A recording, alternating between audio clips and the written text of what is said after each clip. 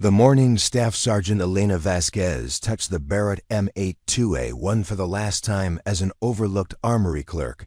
3 enemy snipers had already taken position in the mountains above Firebase Kestrel, and by sunset, her single shot would save 47 lives that no one expected her to protect.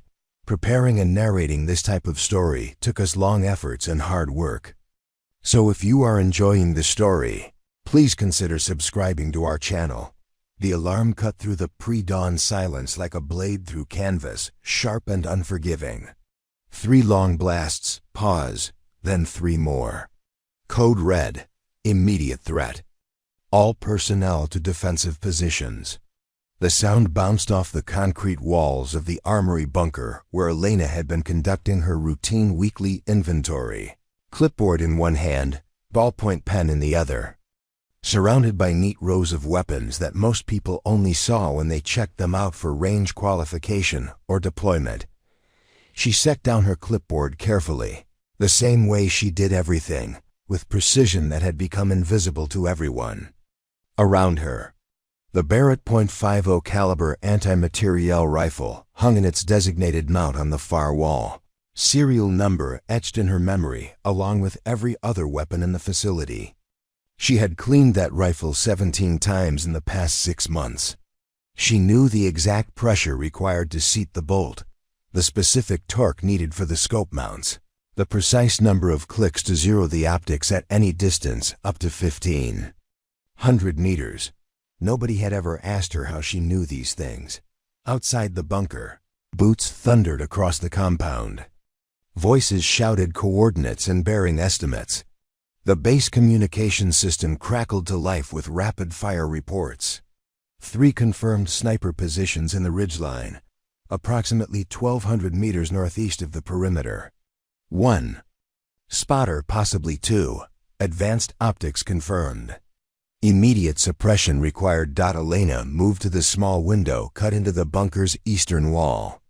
Through the reinforced glass, she could see the rocky outcropping that dominated the skyline above Firebase Kestrel. The mountain rose like a jagged tooth against the pale morning sky, its face scarred with natural crevices and shadows that could conceal a dozen shooters. She had studied that ridgeline every morning for 8 months. Not because anyone had asked her to, but because it was there, and it commanded the entire base. The enemy had chosen their positions well. 3 separate firing points with overlapping fields of view, each one offering clear lines of sight to critical areas of the base. The motor pool, the communications array, the main gate where supply convoys entered twice weekly. From those positions, skilled marksmen could control movement across the entire facility, picking off personnel and creating chaos while larger forces moved into position. The tactical operations center erupted with activity. She could hear it. Through the bunker's ventilation system, voices overlapping in urgent conference calls with higher command. Maps being unrolled, range calculations being shouted, requests for air support being transmitted up the chain. The base's assigned sniper team had deployed to forward operating Base Granite the day before, part of a joint operation that was now 40 miles away when they were needed here. Elena's radio crackled with updates she wasn't supposed to monitor, but had been listening to anyway. The base commander's voice, tight with controlled tension, requesting immediate sniper support from any available asset within a 50-mile radius. The reply came back negative. Closest qualified marksman was 90 minutes out, weather dependent. Assuming helicopter transport could be arranged, 90 minutes was a lifetime when enemy snipers controlled the high ground. Through her earpiece, she heard the first casualty report. Private Morrison, motor pool mechanic, struck while attempting to move vehicles to covered positions. Non-fatal, but the message was clear. The enemy owned the space above ground level. Anyone who moved in the open would be targeted. The base's defensive protocols had been designed around air superiority and rapid response teams. Firebase Kestrel was a logistics hub, not a frontline combat position. The garrison consisted primarily of support personnel, truck drivers, communications. specialists, supply clerks, and maintenance crews. Good soldiers, but not trained for sustained combat operations against entrenched sniper positions. Elena opened the duty roster on her desk, running her finger down the list of personnel currently on base. The commanding officer, Major Catherine Reeves, was a logistics specialist with 15 years of exemplary service managing supply chains across 3 deployments. The executive officer, Captain James Liu, had distinguished himself in convoy operations and base security. The senior enlisted advisor, First Sergeant Maria Santos, was a veteran of multiple combat deployments but specialized in infantry tactics, not precision shooting. None of them were trained to engage targets at extended range with the kind of accuracy required to neutralize enemy snipers in prepared positions. Elena folded the roster and placed it back in its designated slot. Through the communication system, she could hear Major Reeves coordinating with the Tactical Operations Center, exploring options that didn't exist. Mortar couldn't reach the enemy positions without risking collateral damage to civilian structures in the valley below. Artillery support was 40 minutes away and would require extensive coordination to avoid friendly fire incidents. The enemy snipers had achieved what military tacticians called standoff dominance. They could engage targets at will while remaining virtually immune to return fire from conventional infantry weapons. The effective range of standard issue rifles, carried by base personnel, topped out around 400 meters under ideal conditions. The enemy positions were 3 times that distance, positioned in terrain that provided natural protection and concealment. A second casualty report came through the radio. Sergeant Rodriguez, attempting to reach the communications array for equipment. Repairs. Flesh wound to the shoulder, but the implication was unmistakable. The enemy wasn't just shooting to harass. They were systematically targeting personnel whose jobs were critical to base operations. Elena walked to the weapons storage area and stopped in front of the Barrett M82A1. The rifle hung in its mount. Like a sleeping predator, all black steel and precision engineering. She had requisitioned it 18 months earlier when the base's defensive weapons inventory was being updated. The rifle had arrived with full documentation, technical manuals, and maintenance schedules, but no one had been assigned to train on it specifically. Standard operating procedure classified it as a special purpose weapon requiring additional qualification courses that hadn't been scheduled due to operational tempo and budget constraints. It remained in the armory as what military bureaucracy termed a contingency asset, available for deployment if circumstances required it, but not integrated into regular training or operations. Elena had read the technical manual cover to cover. During quiet evening shifts, she had broken down the weapon system completely, memorizing the function of every component. She had calculated ballistic trajectories for every type of ammunition in the base's inventory, accounting for variables like temperature, humidity, and wind speed. She had even identified the optimal firing positions around the base perimeter. That would provide clear sight lines to the ridgeline while offering protection from return fire. She had done all of this on her own time, during shifts when the armory was quiet and paperwork was caught up. Not because anyone had assigned the task, but because the weapon existed, and weapons were her responsibility, and she believed in understanding her responsibilities completely. The radio chattered with another update. The enemy snipers had begun engaging the base's watchtowers, forcing the guards to abandon their positions or risk being picked off one by one. Without overwatch capabilities, the base was effectively blind to movement in the surrounding terrain. Additional enemy forces could be positioning themselves for assault while the garrison remained pinned down by sniper fire. Elena checked her watch. The attack had begun 43 minutes ago. In the tactical doctrine she had studied during off-duty hours, sniper teams rarely operated alone. They provided fire support for larger operations, suppressing enemy movement while assault forces maneuvered into position. If the enemy followed standard patterns, They would maintain sniper pressure for approximately 90 minutes before launching their primary attack. That timeline assumed the defenders couldn't neutralize the sniper. Threat. Major Reeves's voice came through the communication system again, requesting updates on helicopter support. The response was unchanged. Weather conditions in the mountains had deteriorated. Cloud cover was restricting visibility. The earliest possible arrival time for air assets remained 90 minutes. Assuming conditions improved, Elena unlocked Barrett's storage mount and lifted the rifle from its housing. The weapon was heavier than most people expected, nearly 30 pounds fully loaded, but the weight felt familiar in her hands. She had handled it dozens of times during routine maintenance cycles, checking the action, cleaning the barrel, verifying the scope alignment. She carried it to her workbench and began the inspection process. She had memorized through repetition. Bolt operation is smooth and consistent. Barrel crown undamaged. Scope mount secure with proper torque specifications. She loaded a single round into the chamber, not to fire, but to verify the feeding mechanism operated correctly. Everything was exactly as it should be. The radio crackled with a new report. The enemy snipers had begun targeting the base's fuel storage area, trying to penetrate the protective barriers around the diesel tanks. A successful hit could create an explosion that would cripple base operations and potentially cause mass casualties among personnel sheltering in nearby structures. Elena sat Barrett back on the workbench and walked to the bunker's communication panel. She could contact the Tactical Operations Center directly, informing them that the base had a qualified weapon system available for counter-sniper operations.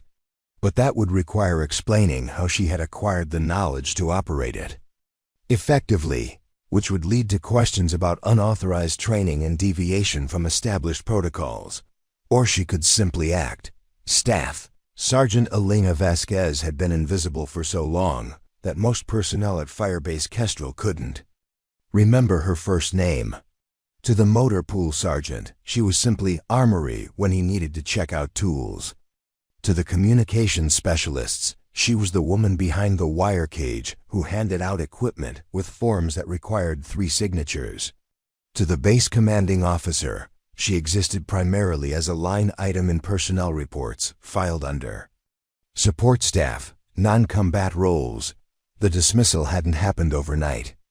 It had accumulated like dust in corners, settling gradually until it became part of the landscape nobody questioned.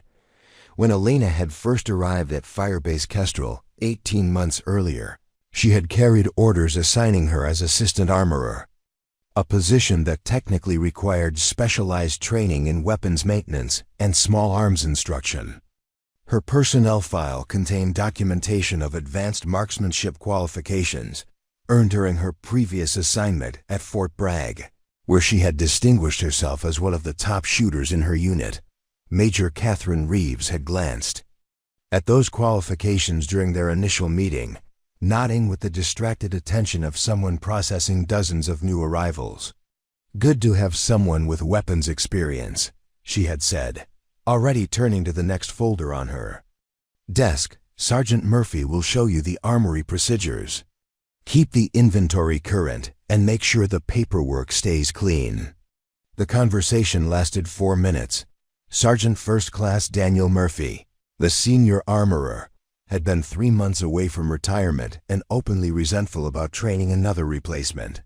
He had walked Elena through the basic administrative functions with the enthusiasm of someone reading ingredient labels off cereal boxes. Checkout procedures, maintenance schedules, inventory reporting, security protocols. The tour had focused entirely on the paperwork systems and storage organization. When Elena had asked about training schedules and range qualification programs, Murphy had shrugged with practiced indifference. "Major Reeves handles training coordination through the operations section. We just maintain the weapons and keep track of who has what. Pretty straightforward work once you get the hang of the forms." Elena had nodded and taken notes. filing away the information that her role had been defined more by bureaucratic necessity than tactical requirement. The base needed someone to manage the weapons inventory and ensure compliance with regulations. Whether that person understood how to use the weapons effectively was apparently secondary to their ability to maintain proper documentation. Within her first month, the pattern had established itself. Personnel would approach the armory window when they needed equipment, conduct their business with minimal interaction, and leave without engaging in conversation that wasn't directly related to forms and signatures. Elena had attempted to initiate discussions about weapons maintenance and training opportunities, but the responses had been polite dismissals wrapped in operational priorities. Captain James Liu had been typical of the interaction style. He had come to check out a sidearm for a convoy escort mission, presenting his authorization forms with military efficiency. When Elena had mentioned that the weapons Zero might benefit from adjustment based on the range conditions, Liu had smiled with patient tolerance. "I'm sure it's fine, Sergeant. These pistols are pretty much point and shoot at convoy distances. Just need something that goes bang when I pull the trigger." He had signed the paperwork and left before Elena could explain that even sidearms required proper Zero confirmation for effective use. The incident had been minor, but it crystallized the dynamic that would define Elena's tenure at Firebase Kestrel. Her expertise was assumed to be limited to administrative functions. Her suggestions about weapons-related improvements were received as well-intentioned but unnecessary input from someone whose job was to hand out equipment, not optimize it. Employment. First, Sergeant Maria Santos had been more direct in establishing boundaries. During Elena's third month, she had submitted a memo requesting authorization to conduct weekly marksmanship training sessions for base personnel.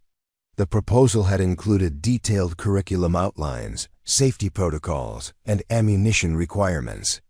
Based on best practices from her previous assignments, Santos had called Elena into her office the following week. The memo had been sitting on her desk, annotated with red ink corrections and marginal notes that made the document look like a failed examination. "Sergeant Vasquez, I appreciate your initiative, but we need to be realistic about your role here. Firebase Kestrel isn't a training facility. We're a logistics hub supporting operations throughout the region. Personnel get their combat training at their home units before deployment. What we need from the armory is reliable equipment accountability and maintenance support." Elena had attempted to explain that maintaining proficiency required regular training, especially in an environment where personnel might be required to use weapons in emergency situations. Santos had cut her off with a gesture that was both polite and final. "I understand your background includes marksmanship instruction, but that's not why you're here. We have qualified trainers who handle combat skills when additional training is required. Your job is to keep the weapons clean and the paperwork accurate. Focus on what you were assigned to do." The meeting lasted 12 minutes.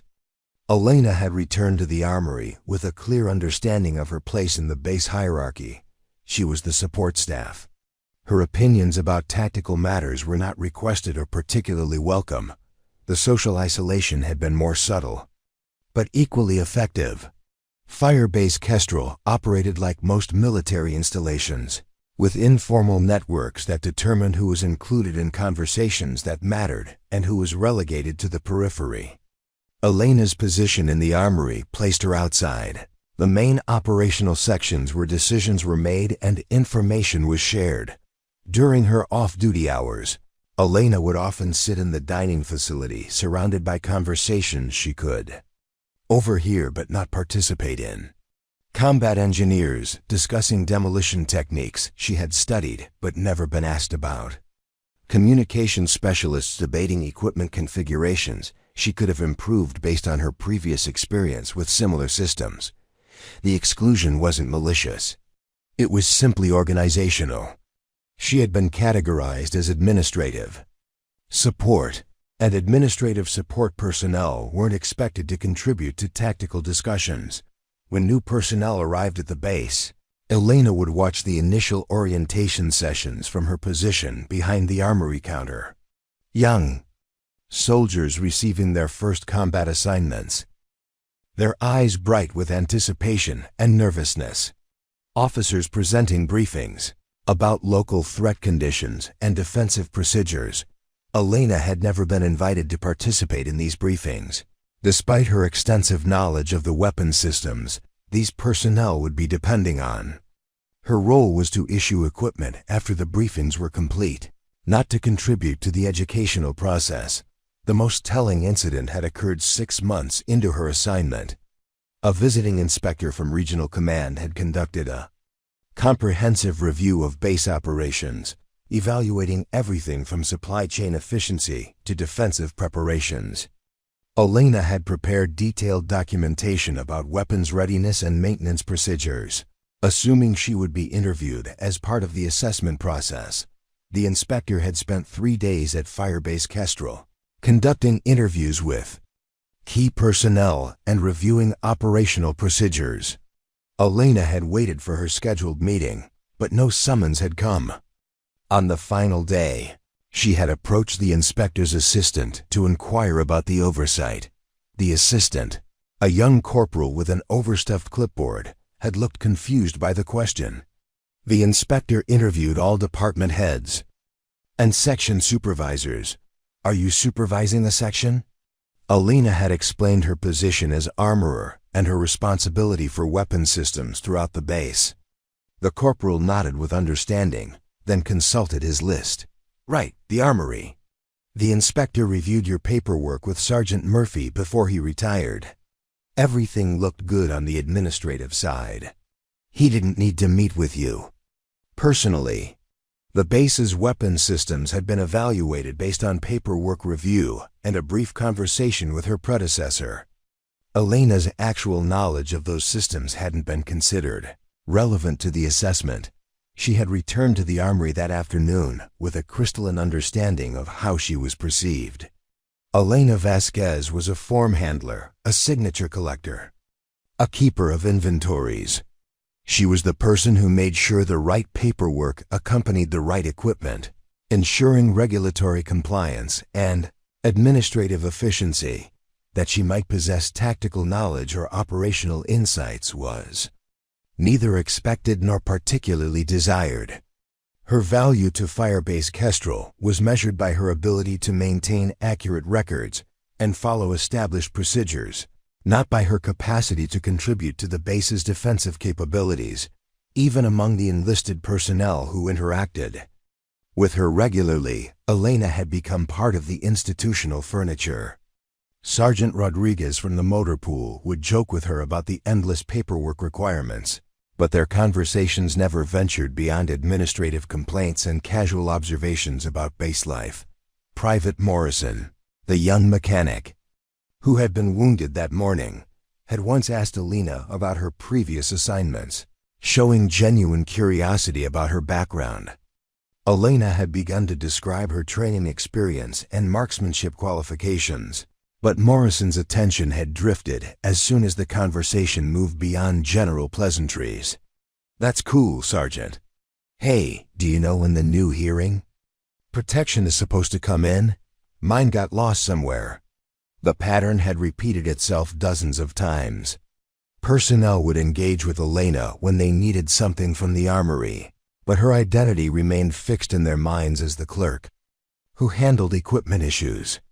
Her skills, experience, and knowledge existed in a parallel universe that rarely intersected with their operational concerns. As the alarm continued to sound throughout Firebase Kestrel, Elena understood that this crisis would be addressed by the same personnel who had always been responsible for tactical decisions.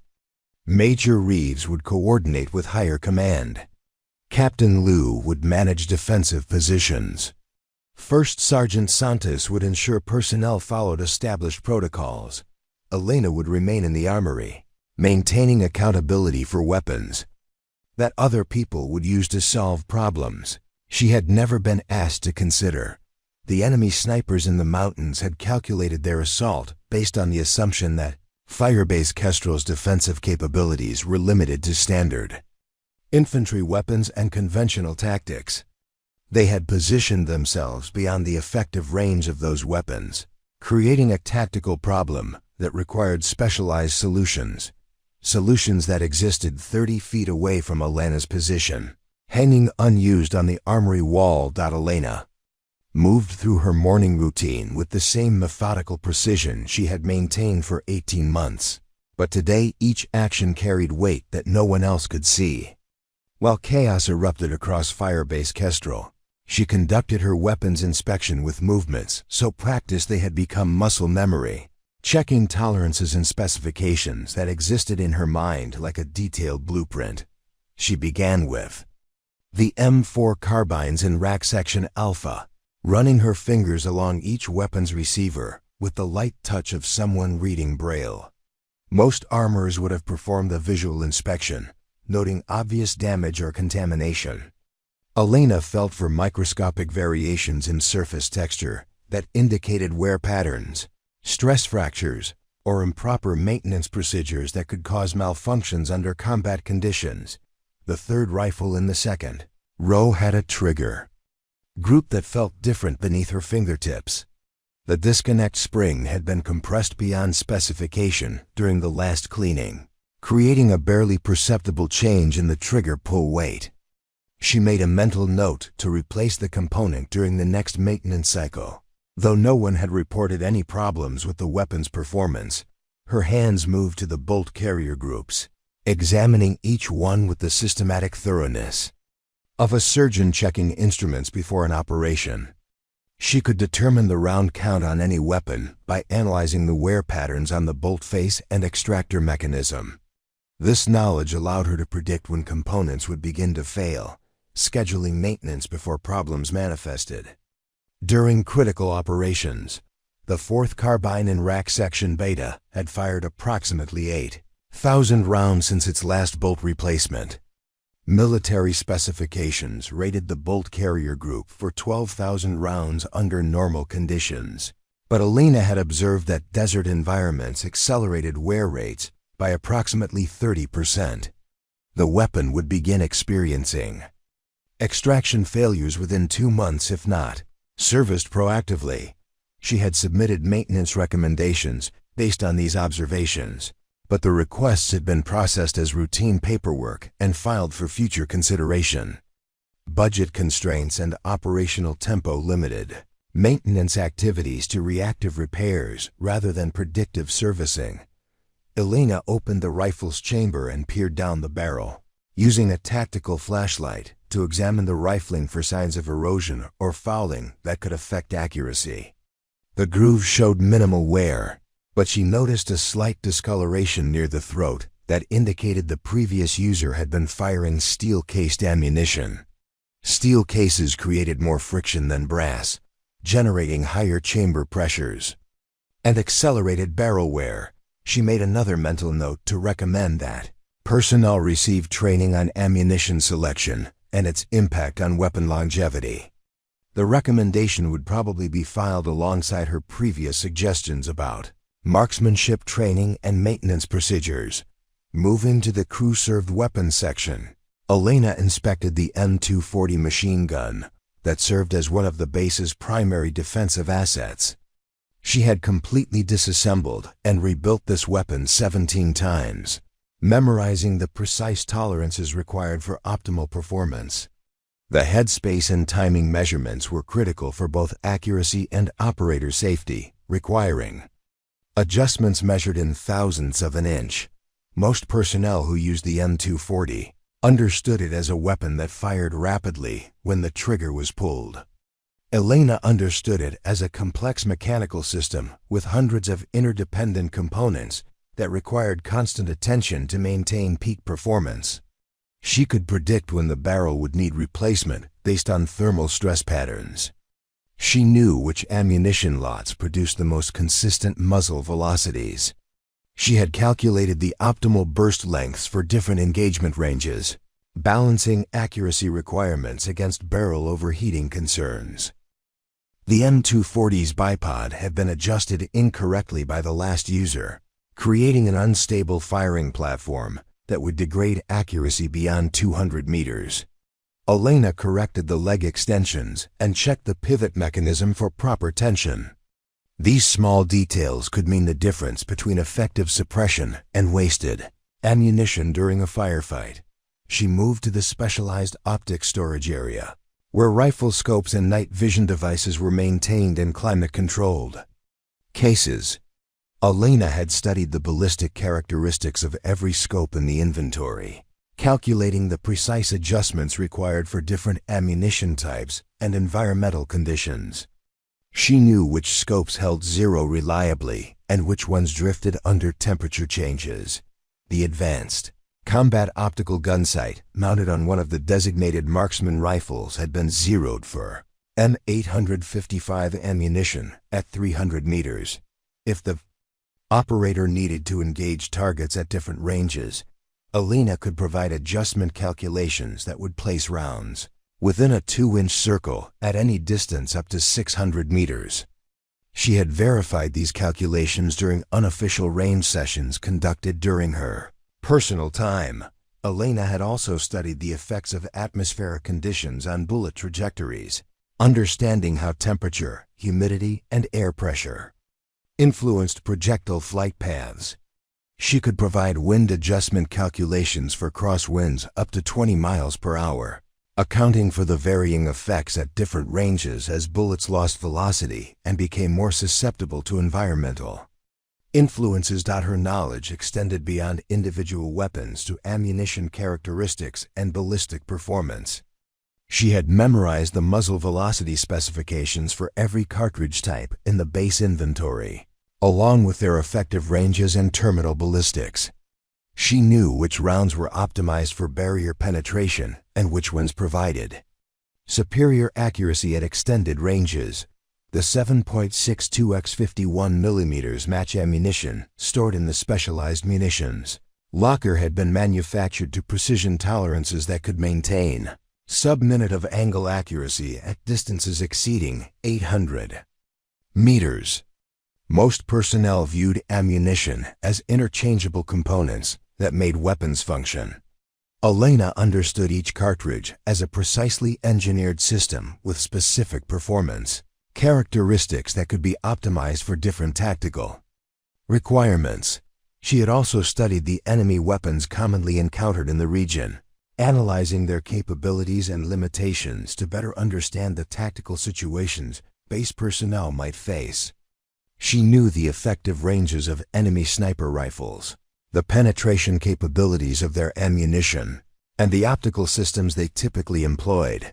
The enemy snipers currently positioned in the ridgeline were likely using SVD Dragunov rifles or similar precision weapons with effective ranges exceeding 800 meters. Their ammunition would be capable of penetrating standard body armor at those distances, and their optical systems would provide clear target identification under current weather conditions. Elena had calculated the ballistic trajectories these weapons would produce from the elevated firing positions, determining the dead space areas around the base where personnel could move with reduced exposure to sniper fire. She had never been asked to provide this information, but she had prepared it anyway, understanding that tactical knowledge was valuable regardless of whether anyone recognized its existence. Her technical library, stored in a footlocker beneath her workbench, contained field manuals and reference materials that went far beyond the standard armorer's curriculum. She had acquired texts on advanced marksmanship techniques, ballistic engineering, and precision shooting fundamentals. During quiet evening shifts, she studied these materials with the dedication of a graduate student pursuing an advanced degree. Elena had also developed extensive notes on the terrain surrounding Firebase Kestrel, identifying potential firing positions, fields of view, and approach routes that could be used by enemy forces. She had walked the perimeter during off-duty hours, measuring ranges to prominent landmarks and calculating the sightlines from various defensive positions. The ridgeline where the enemy snipers had positioned themselves offered 17 different locations suitable for precision shooting. each with specific advantages and limitations, based on target areas and escape routes. Elena had studied these positions through binoculars, noting the natural camouflage opportunities and the angles that would provide the clearest shots at critical base infrastructure. She had prepared range cards for the base's defensive positions, calculating precise distances to key terrain features and determining the optimal weapon systems for engaging targets at various ranges. These range cards included corrections for elevation differences, wind patterns common to the area, and lighting conditions at different times of day. The Barrett M82A1 hanging on the armory wall could engage targets effectively at any of the enemy sniper positions, provided the operator understood the weapon's ballistic characteristics and environmental correction factors. Elena had calculated the precise scope adjustments required for each potential target location, accounting for the 1,847-foot elevation difference between the base and the ridgeline. She had also identified the optimal firing positions within the base perimeter that would provide clear sight lines to the enemy locations, while offering protection from return fire. The communications bunker's roof provided excellent visibility and structural protection, with a clear field of view to 14 of the 17 potential sniper positions. Elena completed her inspection routine and returned to her workbench, where she maintained a logbook containing detailed performance data for every weapon in the armory. The entries included round counts, maintenance intervals, accuracy test results, and environmental exposure records.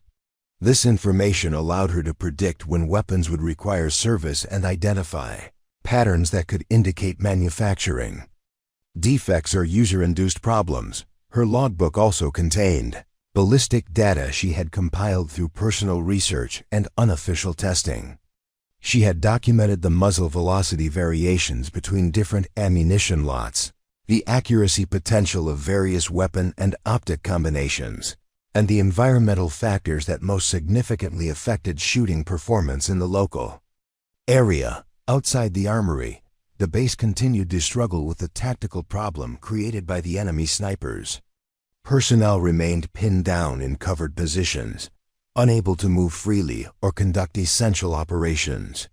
The enemy maintained standoff dominance, controlling the base's activities through the threat of precision fire from positions that conventional weapons could not effectively engage.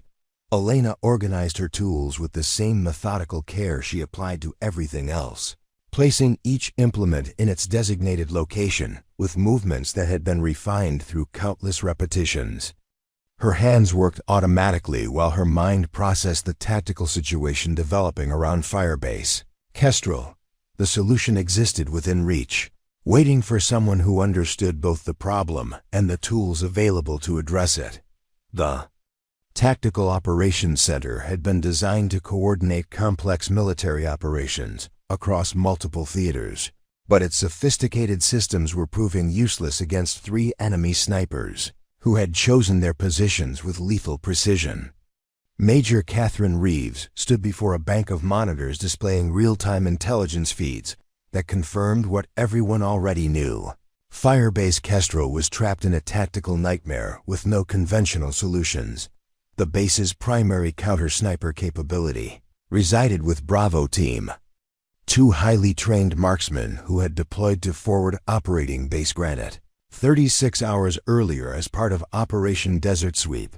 Staff Sergeant Marcus Chun and Sergeant First Class David Torres had accumulated over 400 confirmed kills between them across multiple deployments, specializing in urban and mountainous terrain engagement. Their departure had been routine, part of a joint task force operation that was supposed to conclude within 72 hours. Captain Lou's voice crackled through the communication system as he provided updates from the forward command post. Granite Base confirms Bravo Team is engaged in active operations approximately 43 miles northeast of our position. Enemy contact initiated at 0430 hours. Team is committed and cannot be extracted for redeployment. Major Reeves studied the tactical display, showing Bravo Team's location relative to Firebase Kestrel. Even if they could disengage immediately, ground transportation would require nearly 3 hours over mountain roads that were currently contested by enemy forces. Helicopter extraction would still leave them 90 minutes away from Kestrel. Assuming aircraft became available, the weather conditions that had initially seemed like minor operational complications were now revealing themselves as critical provided updates through encrypted channels that painted an increasingly bleak picture of aviation support options. Current conditions over the target area include ceiling at 800 feet with visibility, restricted to less than 2 miles due to dust and atmospheric haze. Wind speeds are gusting to 35 knots with unpredictable directional changes. These conditions exceed safety parameters for helicopter operations in mountainous terrain. Lieutenant Colonel Sarah Martinez, the aviation coordinator at Regional Command, confirmed what Major Reeves had feared. "We have 2 Apache gunships on standby at Forward Operating Base Phoenix, but flight conditions are currently in red status. Pilots report severe turbulence and visibility issues that would prevent accurate target identification at the ranges required for this engagement." The helicopters represented the base's most potent counter-sniper capability, equipped with advanced optics and precision munitions specifically designed for engaging individual targets at extended ranges. But Apache operations required clear sight lines and stable flight conditions to achieve the accuracy necessary for engaging snipers without risking collateral damage to civilian structures in the valley below. Major Reeves contacted the Artillery Coordination Center at Regional Command, exploring the possibility of indirect fire support against the enemy positions. The response came back within minutes: negative authorization for artillery strikes in the target area.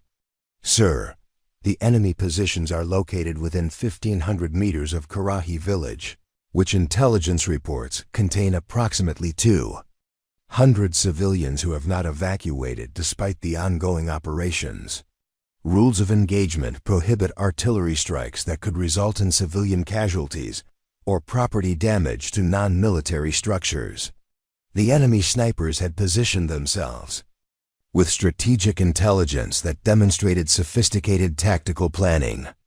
They had chosen locations that provided optimal fields of fire against Firebase Kestrel, while positioning themselves within proximity to civilian areas that restricted the use of indirect fire weapons. Artillery spotters at Firebase Mountain View had confirmed visual contact with the enemy positions, but the rounds required to neutralize entrenched snipers would create blast effects, extending well beyond the immediate target areas. The margin for error was insufficient to guarantee civilian safety. Captain Liu coordinated with the base's communications section to explore electronic warfare options that might disrupt enemy operations. The results were disappointing, but not unexpected. Communications analysis indicates the enemy snipers are operating with minimal electronic signatures. No radio traffic detected, no electronic optical systems identified. They appear to be using passive targeting methods that don't emit detectable signals. The absence of electronic signatures meant that the base's sophisticated jamming equipment and signal intelligence capabilities were useless against an enemy operating with manual techniques and visual targeting methods. The snipers were using traditional fieldcraft and optical scopes that required no electronic support, making them invisible to counter-electronic measures. First Sergeant Santos coordinated with the base's designated marksman program, identifying personnel with advanced rifle qualifications who might be able to engage the enemy positions using standard infantry weapons. The assessment revealed the fundamental problem that had been apparent from the beginning of the crisis. "We have 6 personnel on base with designated marksman qualifications, but their maximum effective engagement range with current weapon systems is approximately 600 meters under optimal conditions. Enemy positions are confirmed at distances exceeding 1,200 meters with elevated firing positions that increased the actual engagement challenge. The base's designated marksmen were skilled soldiers with above-average shooting abilities, but they were equipped with enhanced M14 rifles and variable power scopes designed for squad-level precision fire support. Their weapons and training were optimized for engaging individual targets at ranges that supported infantry operations, not for counter-sniper duels across mountainous terrain. Sergeant Rodriguez, one of the base's most experienced marksmen, provided a realistic assessment of the tactical situation. "Sir, even with perfect shooting conditions and optimal ammunition, our designated marksman rifles don't have the ballistic performance to engage targets effectively at those ranges. The bullet drop at 1,200 meters would require scope adjustments that exceed our available elevation travel.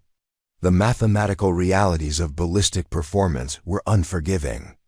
Standard infantry cartridges lost velocity and accuracy dramatically beyond 800 meters, while environmental factors like wind deflection became increasingly significant at extended ranges. The enemy positions were located beyond the effective capabilities of conventional military rifles carried by base personnel. Major Reeves contacted Regional Command, requesting immediate deployment of specialized counter-sniper teams from neighboring installations. The response confirmed what she had suspected.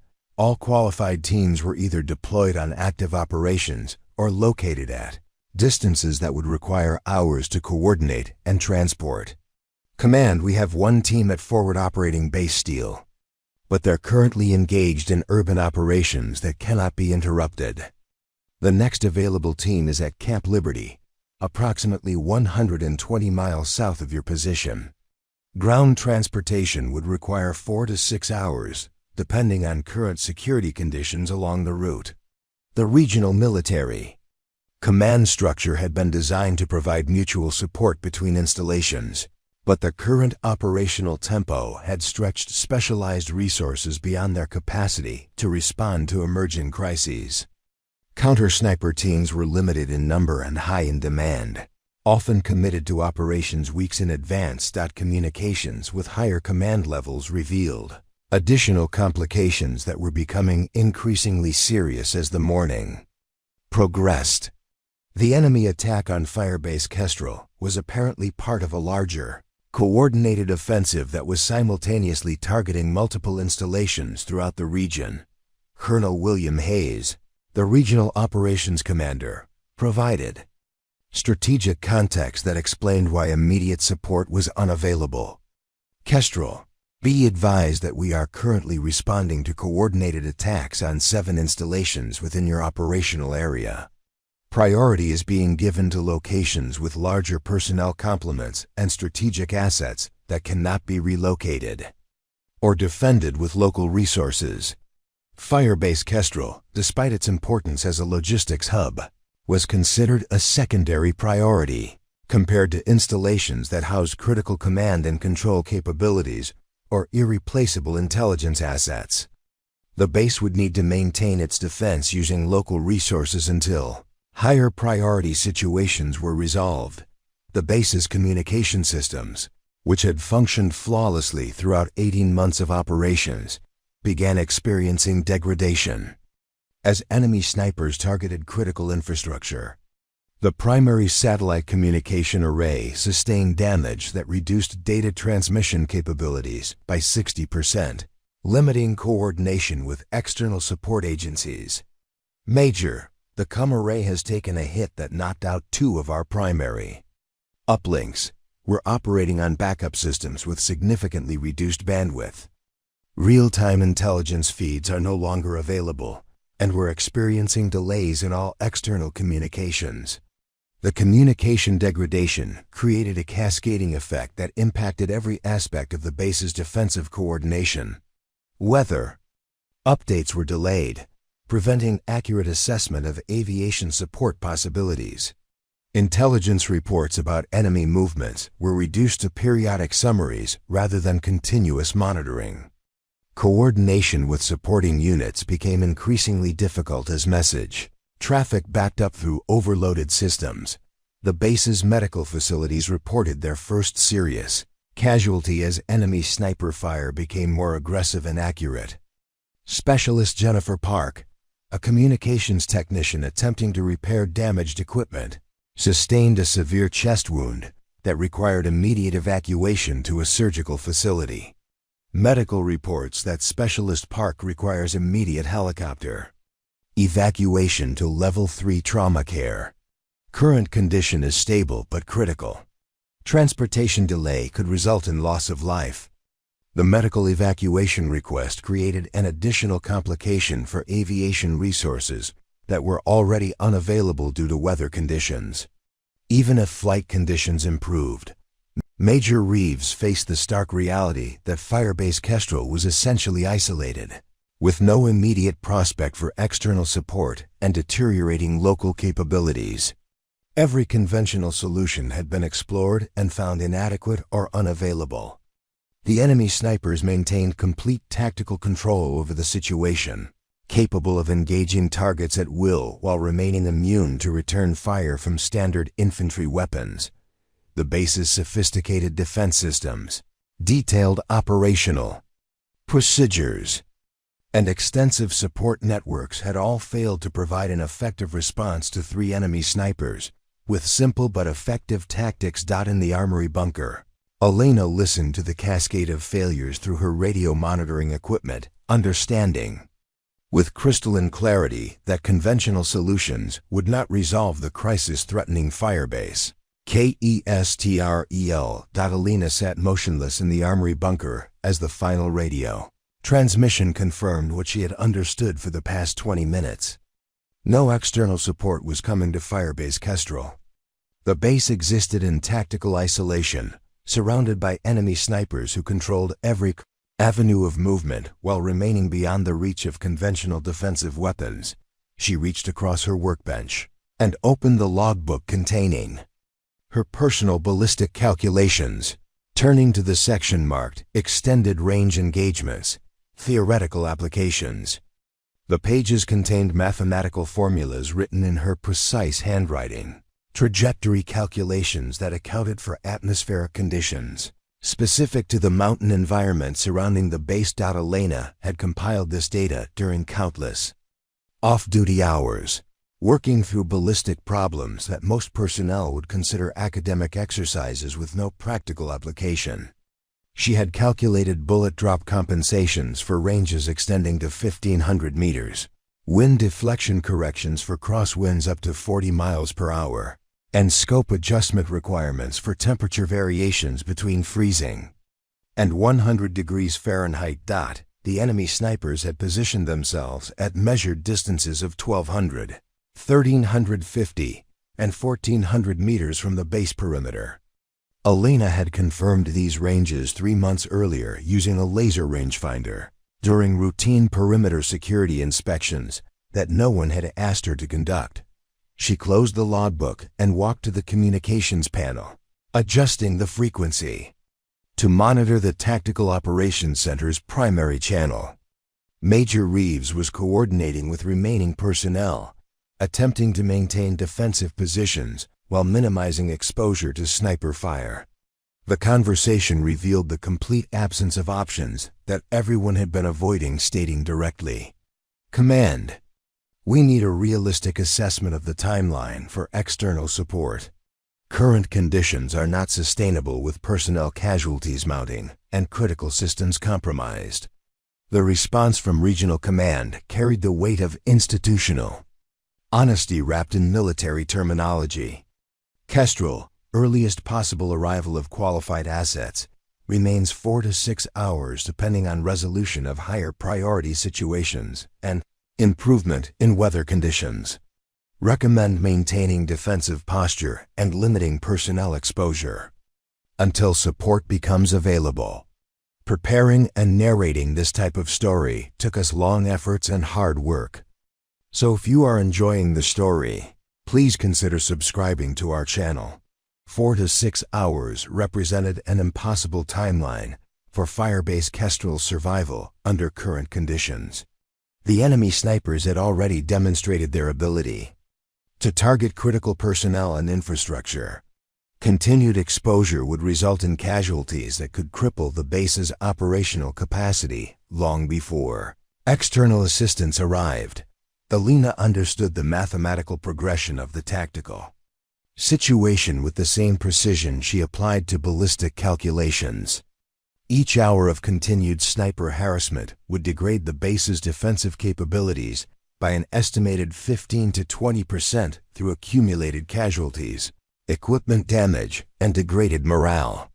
By the time external support arrived, Firebase Kestrel would likely be combat ineffective. She opened the weapon storage locker containing the Barrett M82A1 and began removing the rifle from its mounting brackets. The weapon lifted smoothly from its housing, 30 pounds of precision-engineered steel and aluminum that represented the base's only realistic option for engaging enemy snipers at extended range. Elena had fired the Barrett M82A1 exactly 47 times during unauthorized range sessions conducted during her personal time over the past 18 months. Each shot had been carefully documented in a private log that recorded atmospheric conditions, target distances, ammunition lot numbers, and point of impact measurements. The data revealed that the weapon system was capable of sub-minute of angle accuracy at ranges exceeding 1,200 meters when operated by someone who understood its ballistic characteristics. She carried the rifle to her workbench and began the inspection process she had memorized through repetition.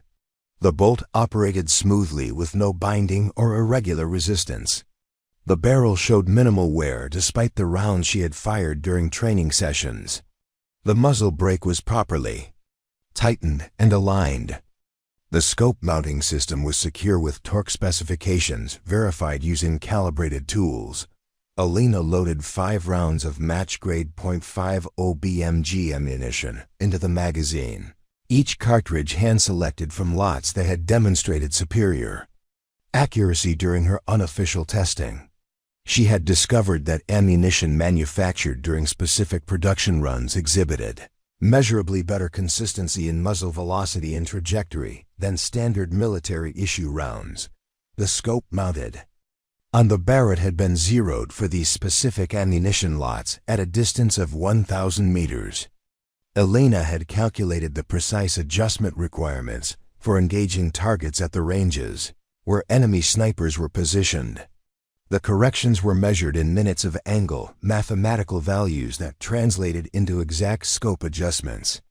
For each target location dot, she consulted her range cards, laminated sheets containing detailed information about every potential firing position around Firebase Kestrel. The communications bunker roof provided the optimal location for engaging all 3 enemy positions, with clear sight lines and sufficient structural protection to allow sustained operations. Elena had identified this position during her personal reconnaissance activities, measuring the exact angles and distances using survey equipment borrowed from the base engineering section. The roof offered a stable shooting platform with concrete barriers that would provide protection from return fire, while allowing 360-degree observation of the surrounding terrain. The route to the communications bunker required movement across approximately 100 meters of open ground that was partially exposed to enemy observation. Elena had studied this approach during multiple reconnaissance walks, identifying covered segments and dead space areas where movement could be concealed. From sniper positions, she opened her personal equipment locker and began assembling gear for extended operations. The load-bearing vest contained additional ammunition, a compact spotting scope, and emergency medical supplies. She had configured this equipment based on lessons learned from studying after-action reports of counter-sniper operations in similar terrain. Elena checked her watch and calculated the timeline for reaching the firing position and engaging the first target. Movement to the communications bunker would require approximately 8 minutes using covered approaches. Target identification and range confirmation would take another 5 minutes. Initial engagement could commence within 15 minutes of leaving the armory. She turned off her radio monitoring equipment and removed her headset, placing both items in their designated storage locations. The decision to operate without communication support was deliberate, eliminating the possibility of receiving orders to abort the mission or return to the armory. Elena understood that her actions would be viewed as violations of military protocol and chain of command procedures. She was acting without authorization from her commanding officer, deploying weapon systems that had not been assigned to her, and conducting combat operations outside her designated role and responsibilities. The potential consequences included court-martial proceedings, reduction in rank, and possible imprisonment, depending on the interpretation of her actions by military justice authorities. Elena had studied the Uniform Code of Military Justice extensively enough to understand that unauthorized use of military weapons during combat operations could be prosecuted under multiple articles, but the mathematical realities of the tactical situation were clear and unforgiving. Firebase Kestrel faced destruction or surrender within hours if the enemy snipers maintained their current level of tactical control. No external support was available within a time frame that would allow the base to survive. The only weapon system capable of engaging enemy positions was available and operational. Elena had spent 18 months preparing for a situation that everyone assumed would never occur.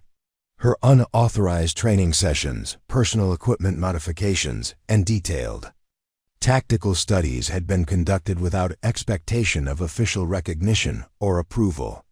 She had acquired specialized knowledge and skills because the possibility existed that such knowledge might someday be needed. Today was that day. She slung the Barrett M82A1 across her back and adjusted the carrying position for optimal balance during movement. The weapon's weight distributed evenly across her shoulders, comfortable and familiar from training exercises she had conducted in private. Her movements were deliberate but unhurried, reflecting the calm mental state required for precision shooting.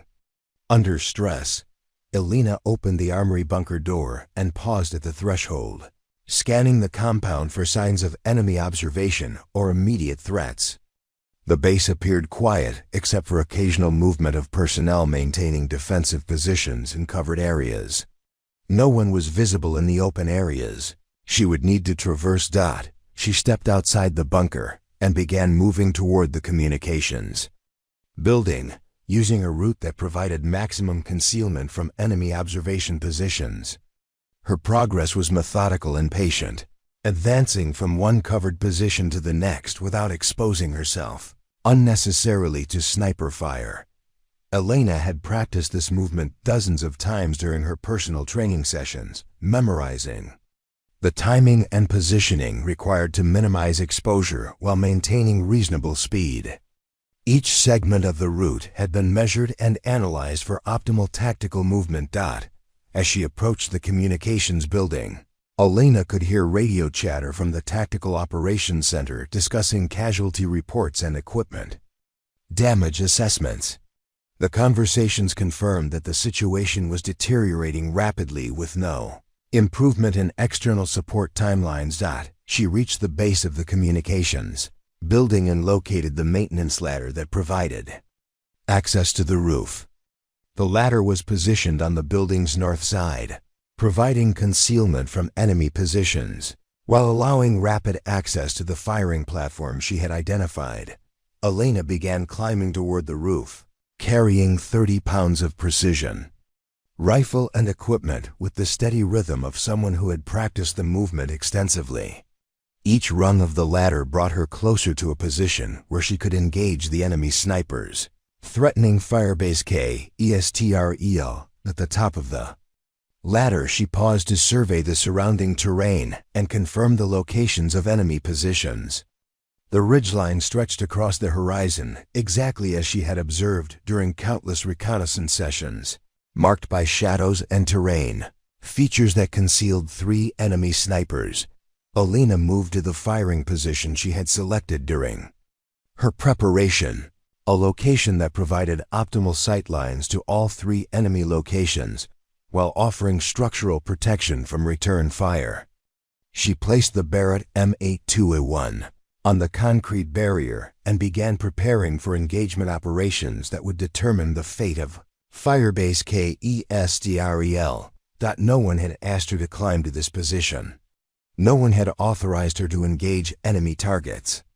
No one was monitoring her radio frequency or coordinating her actions with other defensive measures. Elena was acting alone, guided by knowledge and skills that had been dismissed as irrelevant to her assigned duties, using equipment that had been relegated to contingency status, conducting operations that fell outside her official responsibilities. But Firebase Kestrel needed someone to pull the trigger. And she was the only person on the base capable of making the shots that mattered. Elena settled into the prone firing position behind the Barrett M82A1, with movements that had been refined through hundreds of hours of practice on ranges where no one had observed or evaluated her technique. Her body alignment was textbook perfect, shoulders square behind the rifle, legs spread at the optimal angle to absorb recoil, right hand positioned on the grip with consistent pressure that would allow precise trigger control. The concrete roof of the communications building provided a stable shooting platform, but Elena knew that even small vibrations could affect accuracy at the ranges she was preparing to engage. She adjusted her position until the rifle's bipod legs were seated firmly against irregularities in the concrete surface, creating a solid foundation that would minimize movement during the firing sequence. She opened the compact spotting scope and positioned it to her left, angled to provide clear observation of the primary target area. Through the scope's 20x magnification, the ridgeline revealed details that were invisible to naked eye observation. Elena could see the natural camouflage patterns that concealed enemy positions, the shadows and terrain features that provided concealment while allowing clear fields of fire toward the base. The first enemy sniper had positioned himself approximately 1,200 meters northeast of her location, using a rock outcropping that provided both protection and an unobstructed view of Firebase Kestrel's main gate. Elena had identified this position 3 months earlier during her personal reconnaissance activities, noting its tactical advantages and calculating the precise range using survey equipment. She consulted the range card attached to her wrist, confirming the ballistic data she had calculated for this specific engagement.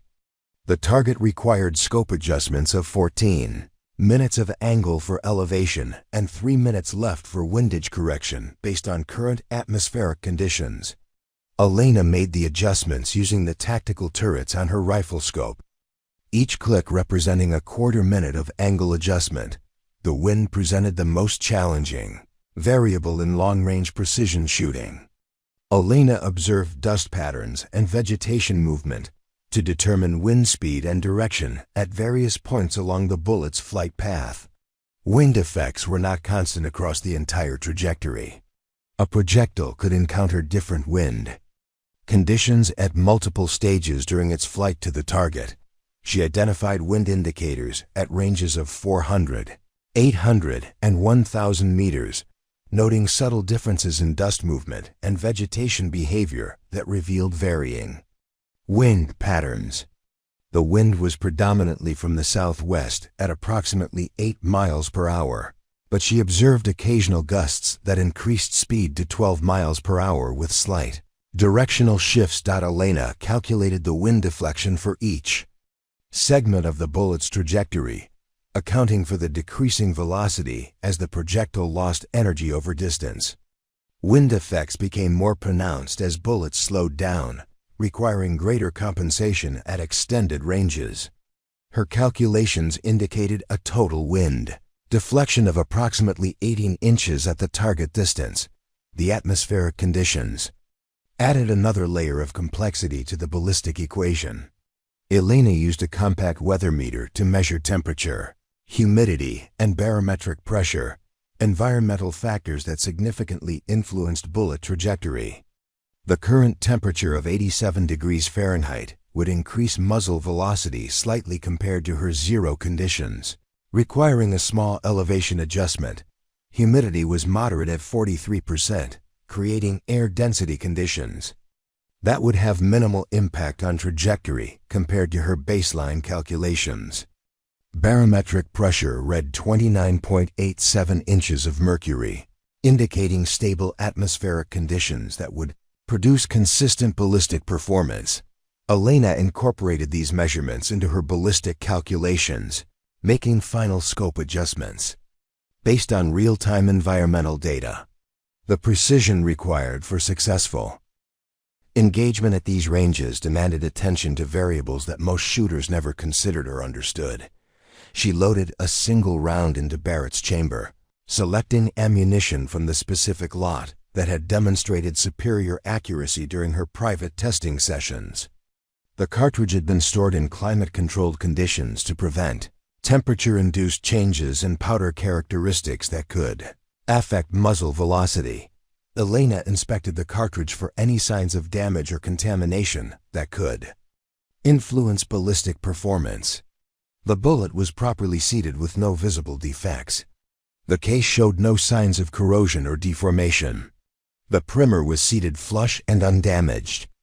Every detail had been verified, because at extreme ranges, minor ammunition variations could cause misses measured in feet rather than inches. She cycled the bolt to ensure smooth operation and verify that the cartridge was properly chambered. The Barrett's action operated with mechanical precision, the bolt closing with the solid feel of precision engineering. Elena engaged the safety and prepared to begin her target identification process through the rifle scope's variable magnification. Elena searched the ridgeline for signs of enemy presence. At 15x magnification, she could observe details that were invisible from ground level, but camouflaged snipers required patient observation to detect. She methodically scanned each potential position, looking for unnatural shapes, shadows, or movement that would reveal enemy locations. The first target appeared as a subtle variation in the rock formations, a shape that was almost invisible, but slightly inconsistent with the natural terrain patterns. Elena had studied this ridgeline extensively enough to recognize when something was out of place. The enemy sniper had chosen his position well, but perfect concealment was impossible when observed by someone who understood what to look for.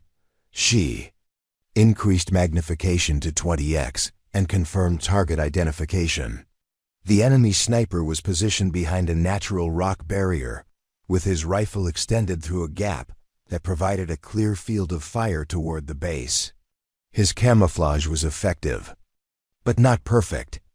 Elena could see portions of his equipment and the distinctive outline of his rifle scope.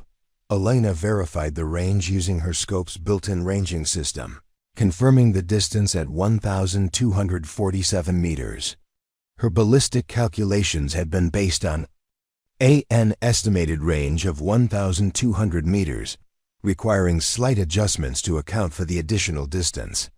She made the necessary corrections, adding 1 minute of angle for elevation. She observed the target for several minutes, studying his movement patterns and determining the optimal timing for engagement. The enemy sniper was actively scanning for targets within the base perimeter, occasionally adjusting his position to improve his field of view. Elena needed to time her shot during a period when the target was stationary and properly positioned for accurate engagement. The wind conditions remained relatively stable, but Elena continued monitoring environmental indicators to ensure her windage corrections remained accurate. She observed a small increase in wind speed that would require additional compensation. Making a minor adjustment to account for the change, Elena controlled her breathing using techniques developed through years of precision shooting practice. She inhaled deeply, exhaled halfway, then held her breath while aligning the rifle's crosshairs on the target. Her heart rate remained steady, controlled through mental discipline that prevented physiological factors from affecting her shooting performance.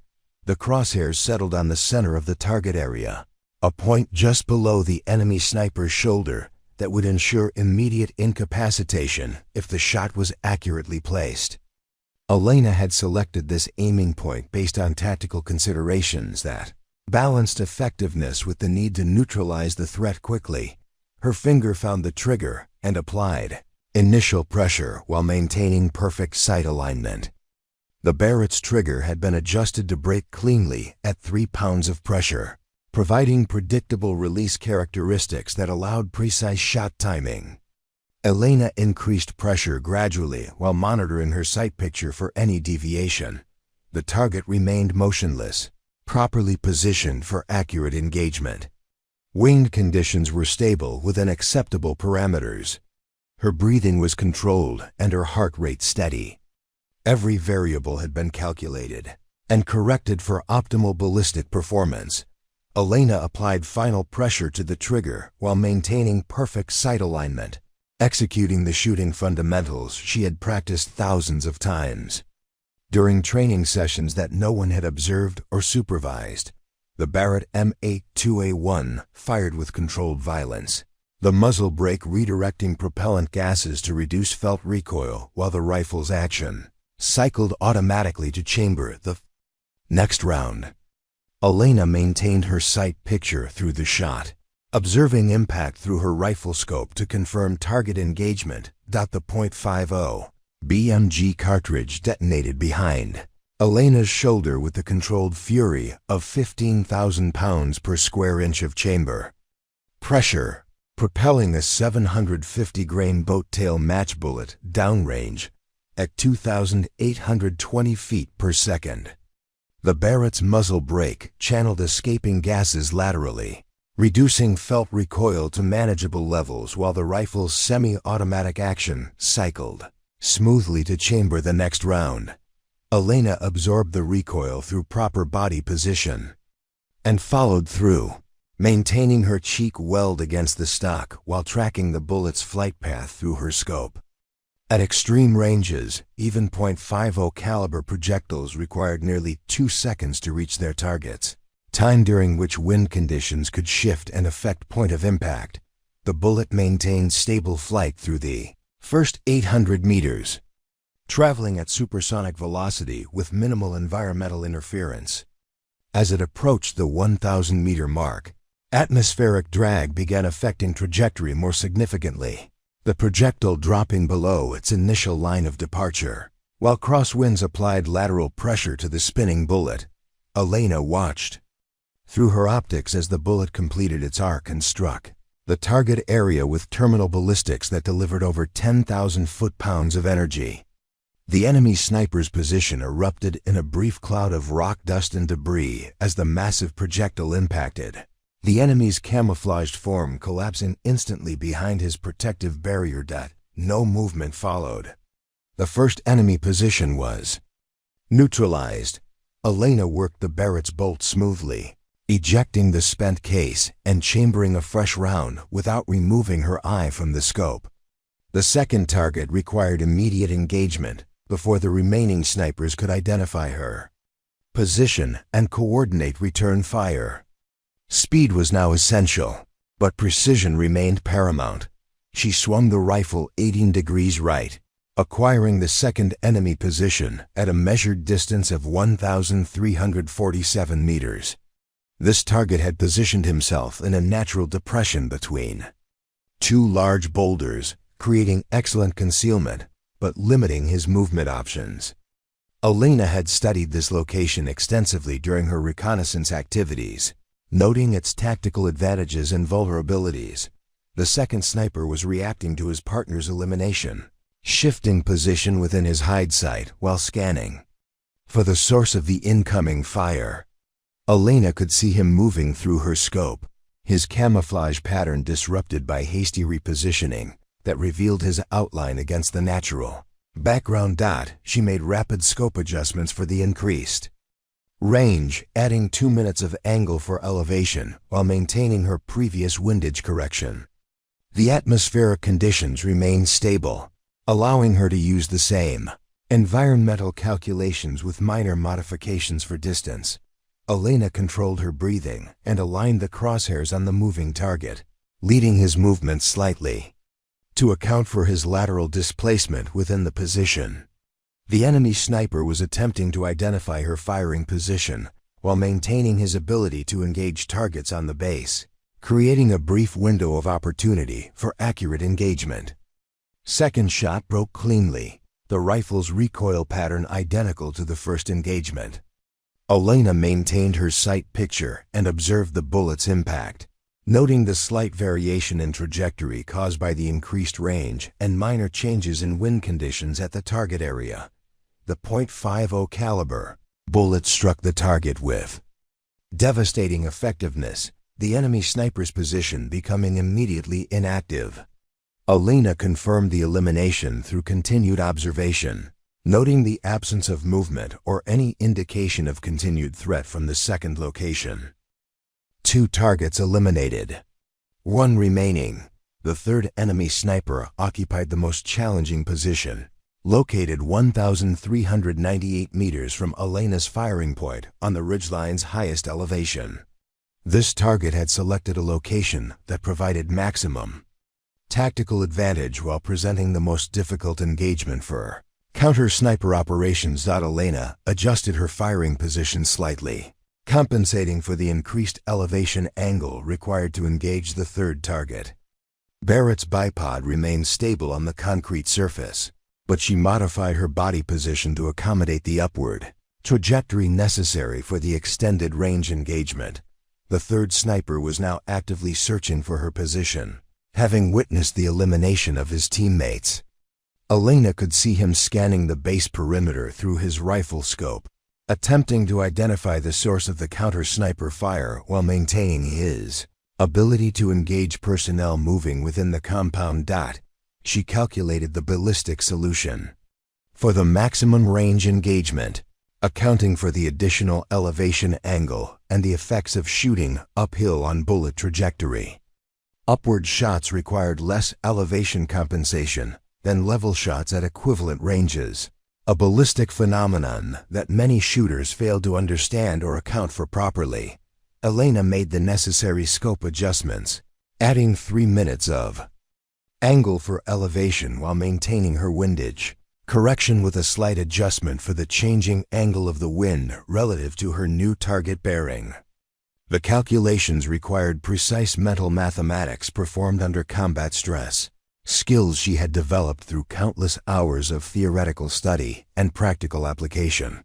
The third target presented a more complex engagement challenge due to his elevated position and enhanced concealment. Elena observed him through her scope for 30 seconds, identifying his exact location within the rocky outcropping and determining the optimal aiming point for immediate incapacitation. She controlled her breathing and aligned the crosshairs on the target area, noting the slight tremor in her scope picture caused by her elevated heart rate. Elena consciously relaxed her muscles and regulated her breathing, applying the mental discipline required for precision shooting under combat conditions. The third shot fired with the same mechanical precision as the previous engagements, the Barrett functioning flawlessly despite the sustained firing sequence. Elena maintained her follow-through and observed the bullet's flight toward the most distant target, tracking its trajectory through atmospheric conditions that remained stable and predictable. The bullet's flight time approached 2.3 seconds at the extended range, during which Elena maintained steady observation through her scope while preparing for potential follow-up shots if the initial engagement proved insufficient. At extreme ranges, even perfect shot placement could be affected by minor variations in ammunition performance or environmental conditions. Impact occurred exactly where Elena had calculated, the massive projectile striking the target area with terminal energy that immediately neutralized the third enemy position. The distant figure collapsed behind his protective barrier, no longer presenting a threat to Firebase Kestrel's personnel or operations. Elena observed all 3 target areas for 60 seconds, confirming the elimination of enemy snipers through sustained optical surveillance. No movement was visible from any of the positions. No muzzle flashes indicated continued enemy activity. The ridgeline had returned to its natural state, free of hostile presence. She engaged Barrett's safety and removed her eye from the scope, scanning the surrounding terrain for additional threats that might have escaped initial detection. The tactical situation appeared stable, with enemy sniper positions neutralized and no indication of follow-up attacks or reinforcement activities. Elena began consolidating her equipment with the same methodical precision she had applied to the engagement sequence. She collected the 3 spent .50 BMG cases, placing them in her equipment pouch for proper disposal according to range safety protocols. The cases represented evidence of ammunition expenditure that would require documentation in her post-action reports. She inspected the Barrett for any signs of malfunction or damage resulting from the sustained firing sequence. The rifle showed no adverse effects from the engagement, its precision-built action operating smoothly throughout the 3-shot sequence. Elena verified that the weapon remained safe and ready for additional operations if required. The base's tactical situation had transformed completely within the span of 6 minutes. Enemy snipers who had controlled Firebase Kestrel's perimeter were eliminated, allowing personnel to resume normal operations without fear of precision fire from elevated positions. The crisis that had threatened the base's survival was resolved through the application of appropriate tactics and suitable equipment. Elena remained in position on the communications building roof, maintaining overwatch capabilities while monitoring radio traffic for indications of additional threats or changes in the tactical situation. Her role had shifted from active engagement to defensive surveillance, ensuring that the base remained secure against follow-up attacks. Through her spotting scope, she conducted systematic observation of the surrounding terrain, searching for signs of enemy movement or additional hostile positions that might have been concealed during the initial assessment. The ridgeline appeared clear of threats, but Elena maintained vigilant observation protocols developed through extensive study of counter-sniper tactics. No additional enemies were detected. Firebase Kestrel was secure. The silence that followed Elena's third shot was different from the oppressive quiet that had gripped Firebase Kestrel during the sniper attack. This silence carried the weight of absence rather than threat, the sudden elimination of danger that personnel could sense without immediately understanding what had changed. Sergeant Rodriguez was the first to notice the shift. He had been crouched behind a concrete barrier near the motor pool for 47 minutes, unable to move his damaged vehicles to covered positions due to the enemy's overlapping fields of fire. When 3 minutes passed without the whistle of incoming rounds or impacts against defensive structures, he cautiously raised his head above the barrier. "Something's different," he whispered into his radio microphone, scanning the ridgeline through binoculars. "I'm not seeing any movement up there. No muzzle flashes, no scope glints. It's like they just stopped." In the tactical operations center, Major Reeves heard Rodriguez's transmission with the skepticism of someone who had spent the morning watching conventional solutions fail systematically.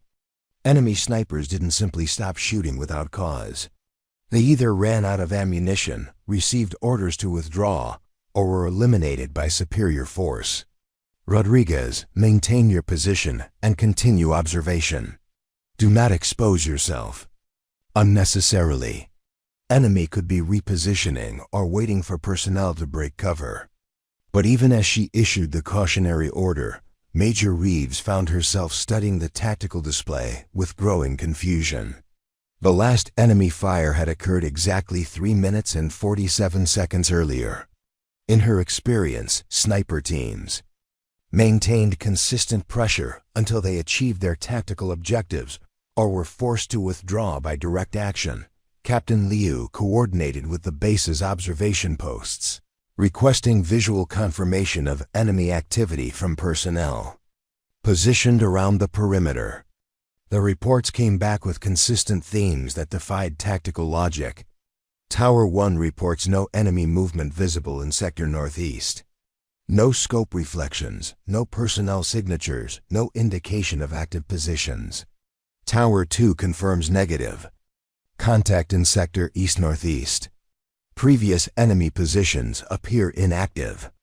Forward observation post reports no movement in primary engagement areas. Recommend continued observation, but enemy appears to have withdrawn or been neutralized. The accumulated reports painted a picture that Major Reeves found difficult to accept. 3 enemy snipers who had controlled Firebase Kestrel's perimeter for nearly an hour had simultaneously ceased operations without any indication of coordinated withdrawal or tactical repositioning. First Sergeant Santos contacted the base's designated marksman, inquiring whether any personnel had attempted to engage enemy positions using available weapon systems. The responses confirmed what she already suspected. No one had fired at the enemy snipers because no one possessed weapons capable of effective engagement at those ranges. Negative, First Sergeant. We've maintained observation but held fire due to range limitations. No personnel have discharged weapons at enemy positions. Lieutenant Morrison, the base's communications officer, reported anomalous activity from an unexpected source. Major, we're showing weapons discharge signatures from the communications building area. 3 separate incidents over the past 6 minutes. High-energy signatures consistent with large-caliber rifle fire. Major Reeves studied the electronic detection data with growing understanding. The base's acoustic sensors had recorded 3 distinct firing signatures originating from the communications building roof, each separated by approximately 2-minute intervals. The sound characteristics matched those produced by .50 caliber rifles, weapons that were not assigned to any personnel currently positioned in that area. Liu, get someone to the communications building and identify the source of those firing signatures. I want to know who's been shooting and at what targets.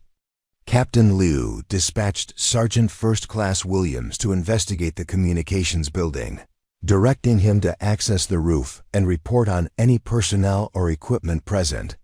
Williams reached the building within minutes and climbed the maintenance ladder to the roof access point. His radio transmission carried surprise and confusion in equal measure. Command, I've got a visual on Sergeant Vasquez from the Armory. She's positioned on the roof with what appears to be a Barrett .50 caliber rifle. She's maintaining an overwatch position facing the ridgeline. The Tactical Operations Center fell silent as personnel processed information that contradicted their understanding of both Elena's role at the base and the tactical situation they had been monitoring. Elena Vasquez was an armory clerk whose duties involved equipment maintenance and inventory management. She was not assigned to combat operations and had never been briefed on the current crisis. Major Reeves keyed her radio with questions that reflected the confusion felt throughout the command structure. Williams, clarify your report. Are you saying Sergeant Vasquez is conducting sniper operations from the communications building roof? Affirmative, Major. She's equipped with a precision rifle and associated optics, positioned for long-range engagement. Her equipment setup indicates she's been conducting active operations against targets on the ridgeline. Sergeant Rodriguez, still positioned behind his concrete barrier, requested permission to test a tactical situation by exposing himself, briefly to determine whether enemy snipers remained active. Major Reeves authorized the reconnaissance with extreme caution, directing Rodriguez to minimize exposure while observing enemy positions for any reaction. Rodriguez stood up behind his barrier, presenting a clear target to any enemy snipers, maintaining observation of the motor pool area. He remained exposed for 15 seconds, long enough for skilled marksmen to acquire and engage targets under normal circumstances. That no shots were fired. No impacts occurred in his vicinity. The ridgeline remained silent and inactive. Command, I'm not receiving any enemy fire. Either they've withdrawn or something has neutralized their capability to engage targets. Throughout Firebase Kestrel, personnel began emerging from covered positions with the cautious movements of soldiers testing an environment that had suddenly become safer without explanation. Motor pool personnel resumed their equipment relocation activities. Communications technicians returned to their repair work on damaged systems. Base operations gradually returned to normal patterns, interrupted only by continued observation of the silent RIDGELINE. In the Tactical Operations Center, Major Reeves coordinated with Regional Command to report the change in tactical situation while requesting clarification about the source of counter-sniper fire. The conversation revealed information that had been overlooked during the crisis response. Command, be advised that Firebase Kestrel maintains a Barrett M82A1 anti-materiel rifle in base inventory. The weapon was requisitioned 18 months ago as a contingency asset for specialized operations. The Regional Command Duty Officer confirmed the weapon's presence on inventory reports, but noted that no personnel at Firebase Kestrel had been trained or authorized for precision rifle operations. Kestrel, that weapon system requires specialized qualification courses that have not been scheduled for your installation due to operational priorities and resource constraints. Major Reeves found herself in the unusual position of reporting tactical success achieved through unauthorized means by personnel acting outside their assigned roles. Command, it appears that Sergeant Vasquez, our Armory Clerk, has neutralized enemy sniper positions using the Barrett rifle. This was accomplished without authorization or coordination with base operations. The response from Regional Command reflected institutional confusion about how to process tactical success that had been achieved through violation of established protocols. Kestrel confirmed that unauthorized personnel conducted combat operations using weapon systems not assigned to their duties. Confirmed Command. Sergeant Vasquez appears to have eliminated 3 enemy snipers using precision rifle techniques. The base tactical situation has returned to normal as a result of her actions. Base personnel began gathering near the communications building, drawn by reports of Elena's position on the roof and her role in resolving the crisis. The conversations were subdued but carried undertones of respect that had been absent from previous discussions about the Armory Clerk who maintained their equipment. Specialist Kim, a communications technician who had been pinned down during the sniper attack, spoke for many when he observed, "She saved our asses while we were sitting here waiting for someone else to fix the problem." Private First Class Thompson, one of the mechanics from Rodriguez's motor pool, added his perspective with the directness of someone who had nearly been killed. "All this time, we thought she was just the supply clerk. Turns out she's the best shooter on the base, and nobody knew it." The gathering personnel maintained respectful distance from the communications building, understanding that Elena remained in position conducting overwatch operations. But their presence and quiet conversations reflected a fundamental shift in how they viewed the Armory Clerk who had acted decisively when conventional solutions failed. Elena continued her systematic observation of the ridgeline, unaware of the conversations occurring below her position. Her focus remained on tactical surveillance, ensuring that Firebase Kestrel remained secure against additional threats that might emerge from the surrounding terrain. The base had been saved by someone. Nobody had expected to save it. Elena remained on the communications building roof for 23 additional minutes, conducting systematic overwatch of the surrounding terrain, while base personnel gradually resumed normal operations below. Through her spotting scope, she verified that the 3 enemy positions remained inactive, with no indication of movement or continued threat from the ridgeline. When she was satisfied that Firebase Kestrel faced no immediate danger, Elena engaged the Barrett's safety and began consolidating her equipment with the same methodical precision she applied to routine armory tasks. She collected her empty ammunition cases, stored her range cards in their designated pouches, and prepared the rifle for transport back to its storage location. The climb down the maintenance ladder required careful handling of the 30-pound rifle system, but Elena managed the descent with practiced efficiency.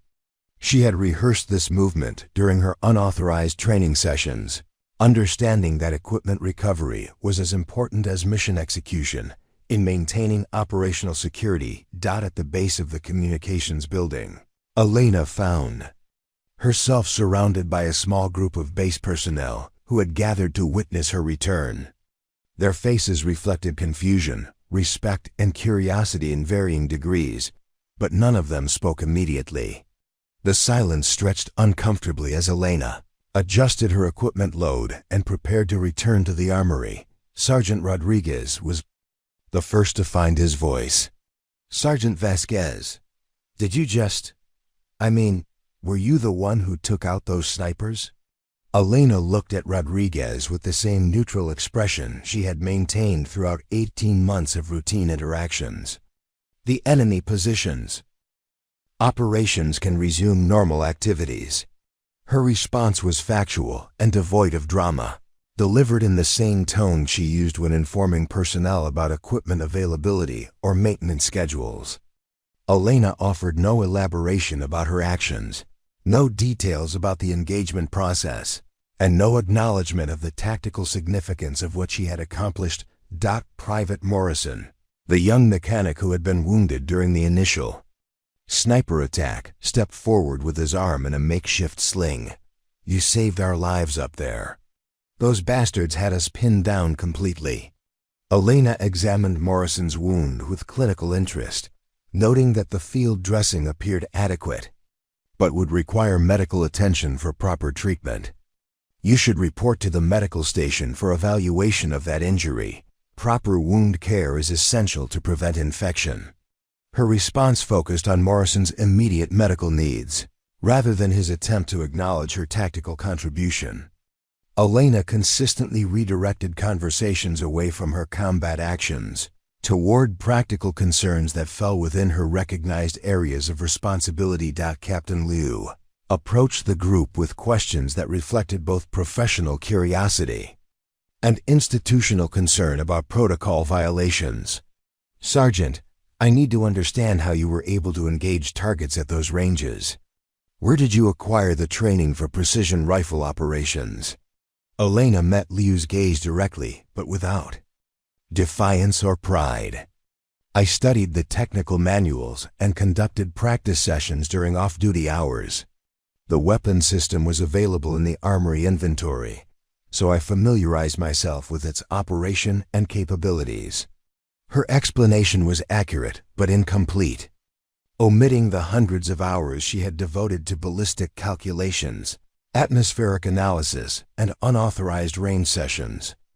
Elena provided the minimum information necessary to answer Liu's question without volunteering additional details that might complicate her situation. "But where did you learn advanced marksmanship techniques?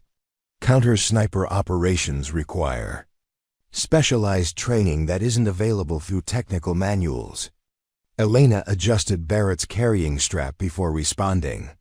"My previous assignment included marksmanship instruction duties. I maintained those skills through personal practice and study." Again, her answer was truthful but understated, failing to mention her exceptional natural ability or the extent of her self-directed education in precision shooting.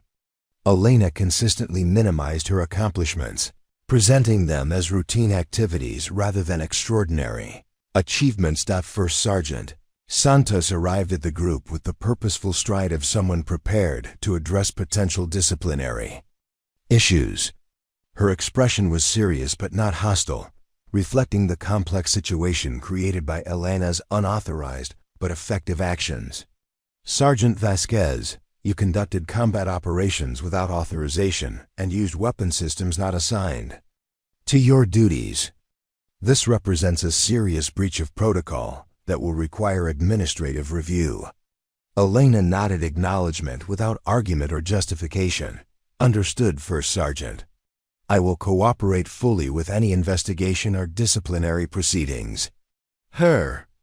Response accepted responsibility without attempting to explain or defend her actions. Elena understood that she had violated established procedures, regardless of the tactical success achieved through those violations. However, Santos continued, your actions appear to have resolved a critical threat to base personnel and operations. This will be considered during any review of your conduct. Elena offered no reaction to Santos's acknowledgement of her tactical contribution. She neither expressed gratitude for the consideration nor attempted to emphasize the lives saved through her intervention. Her focus remained on returning the Barrett to its proper storage location and resuming her normal duties. Major Reeves emerged from the Tactical Operations Center with a tablet computer containing preliminary reports about the crisis resolution. Her approach to Elena was cautious, reflecting uncertainty about how to address personnel who had exceeded both their authority and their expected capabilities. Sergeant, I've received confirmation that all 3 enemy positions have been neutralized. Can you provide details about your engagement procedures for my operational report? Elena shifted Barrett's weight slightly before responding. 3 targets were engaged at ranges between 1,200 and 1,400 meters using precision rifle techniques. All engagements achieved immediate neutralization of enemy threats. Her tactical summary was concise and professional, providing essential information without unnecessary elaboration. Elena reported results rather than methods, focusing on outcomes rather than the skills and knowledge required to achieve those outcomes. How were you able to calculate firing solutions for those ranges without support equipment or assistance from qualified personnel? Elena's response reflected the same matter-of-fact tone she used for inventory reports. I maintained ballistic data for various engagement scenarios as part of my armory responsibilities. The calculations were based on measured ranges and current atmospheric conditions. Major Reeves found herself in the unusual position of debriefing personnel whose capabilities she had never recognized or utilized. Elena's calm professionalism made the conversation feel routine despite its extraordinary circumstances. Sergeant, your actions today prevented what could have been a catastrophic situation for Firebase Kestrel. I want you to understand that.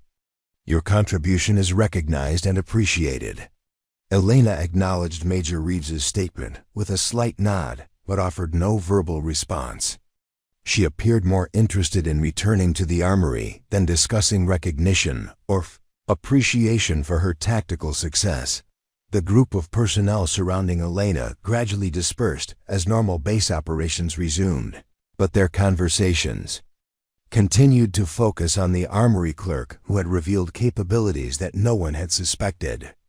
The discussions were conducted in subdued tones that reflected both respect and bewilderment. Elena walked across the compound toward the armory bunker with the same unhurried pace she had maintained throughout her tenure at Firebase Kestrel.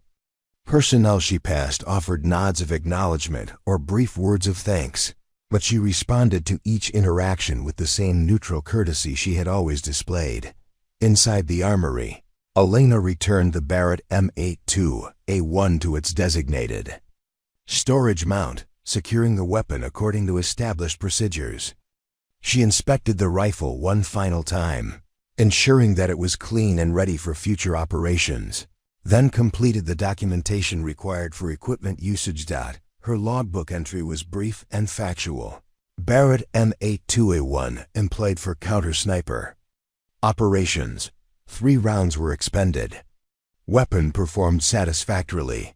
No maintenance issues identified.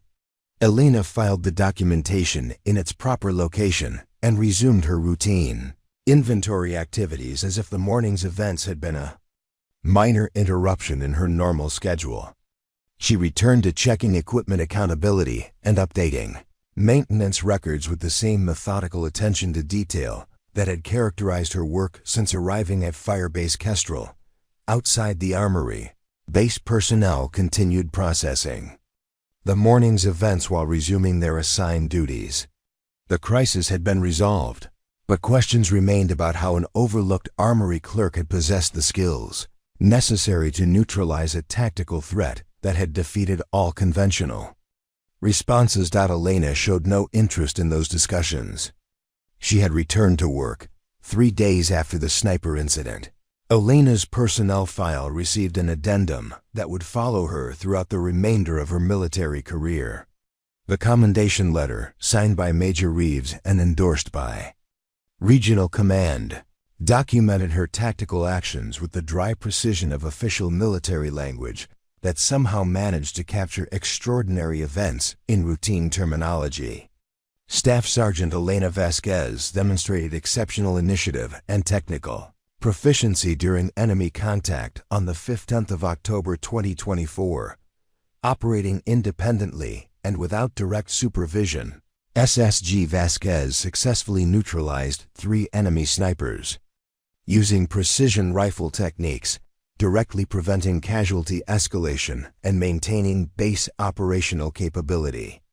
The letter continued with specific details about ranges engaged, ammunition expended, and tactical results achieved, but it failed to convey the fundamental transformation that had occurred in how Firebase Kestrel's personnel viewed their armory. Clerk, Elena had become someone different in their eyes while remaining exactly the same person she had always been. Captain Liu approached the armory window the following Monday with requisition forms for standard equipment checkout, but his interaction with Elena carried subtle changes that neither of them acknowledged directly. His questions about weapon maintenance were more detailed, his attention to Elena's responses more focused. When she mentioned that his assigned rifle's 0 had shifted slightly due to transport vibration, Liu listened carefully and requested her recommendations for correction procedures. What's the best way to verify 0 without using excessive ammunition? He asked, treating Elena's expertise as valuable rather than superfluous. Elena provided detailed instructions for bore sighting procedures and ammunition selection that would minimize rounds required for accurate 0 confirmation. Liu took notes and asked follow-up questions that demonstrated genuine interest in understanding the technical information rather than merely completing administrative requirements. Similar changes occurred throughout Elena's daily interactions with base personnel. Sergeant Rodriguez consulted her about modifications to his vehicle-mounted weapon systems. Communications specialists asked for advice about optical equipment maintenance. Even Major Reeves began including Elena in planning discussions when weapons-related considerations were involved. But Elena's responses to these new interactions remained consistent with her previous behavior patterns. She provided accurate information, detailed explanations, and practical recommendations with the same professional demeanor she had always maintained. Her expertise was now recognized and utilized, but her fundamental character remained unchanged.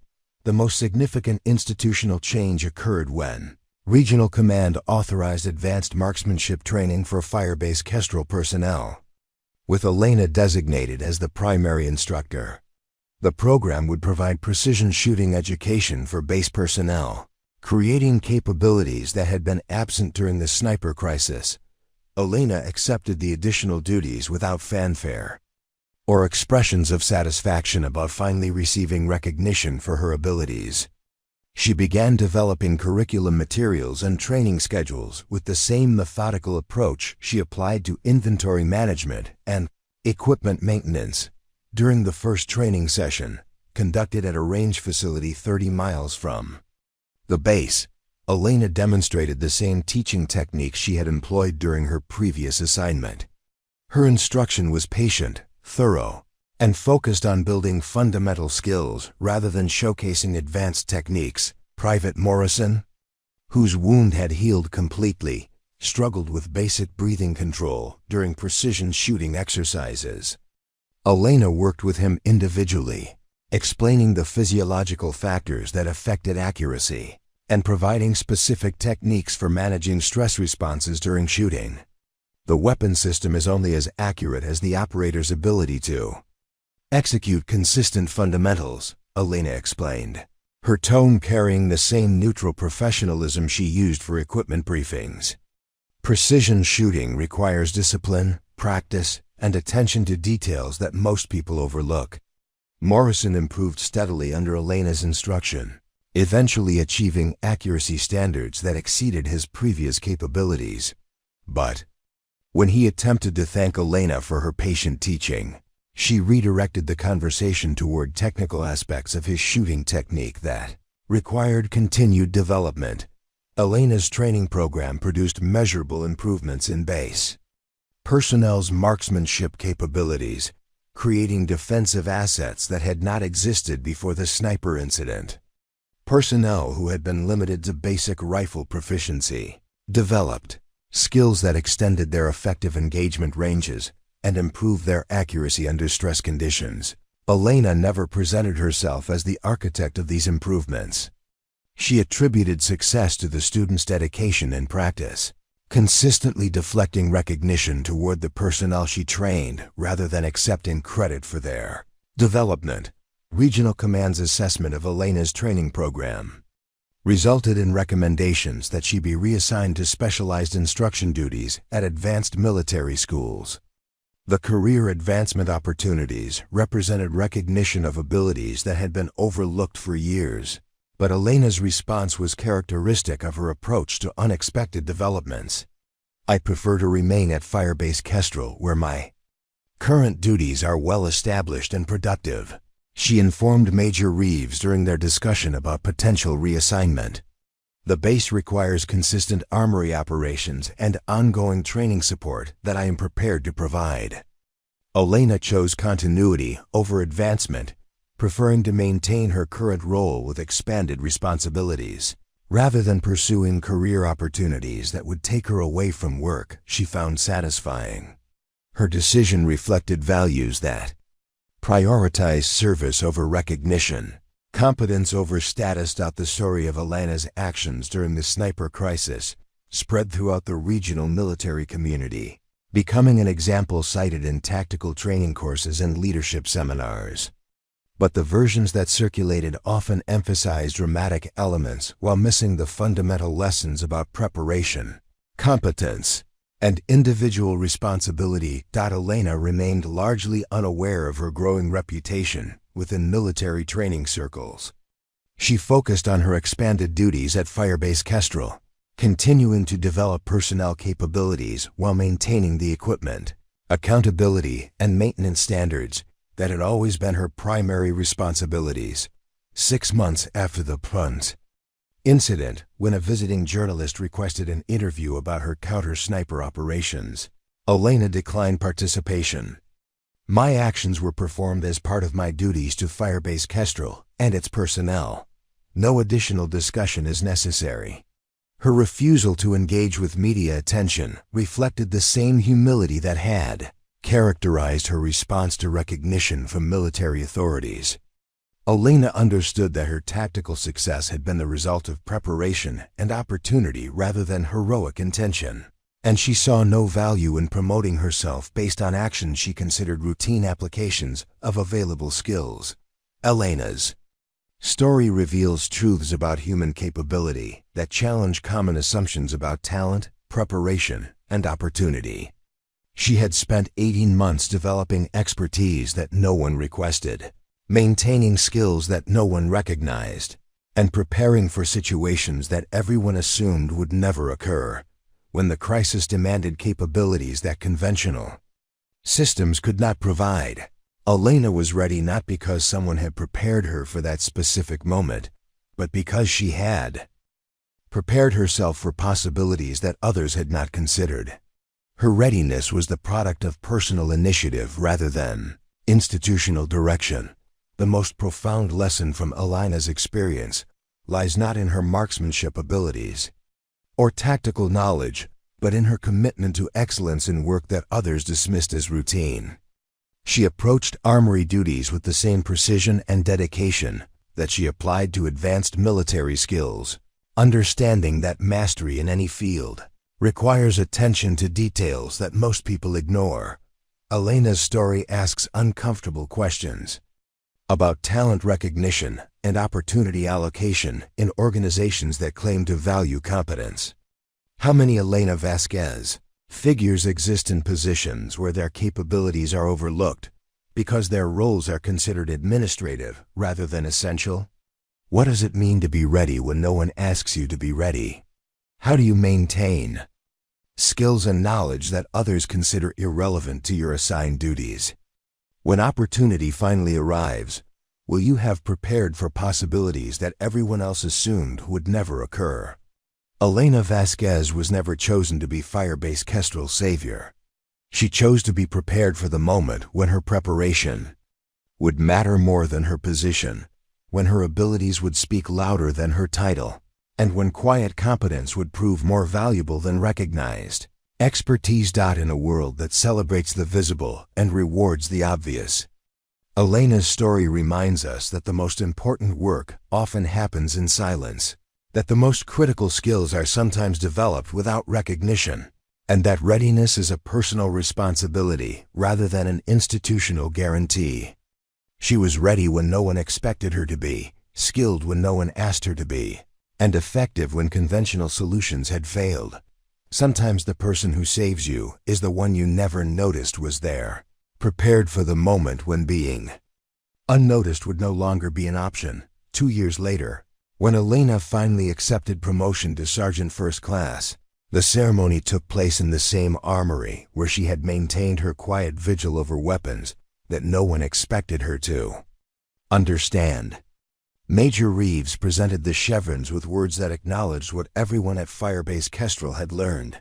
Competence speaks in actions, not announcements.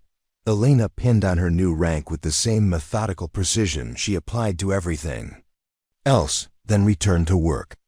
The Barrett M82A1 still hung in its designated mount, clean and ready, maintained by hands that understood its capabilities better than anyone had ever imagined.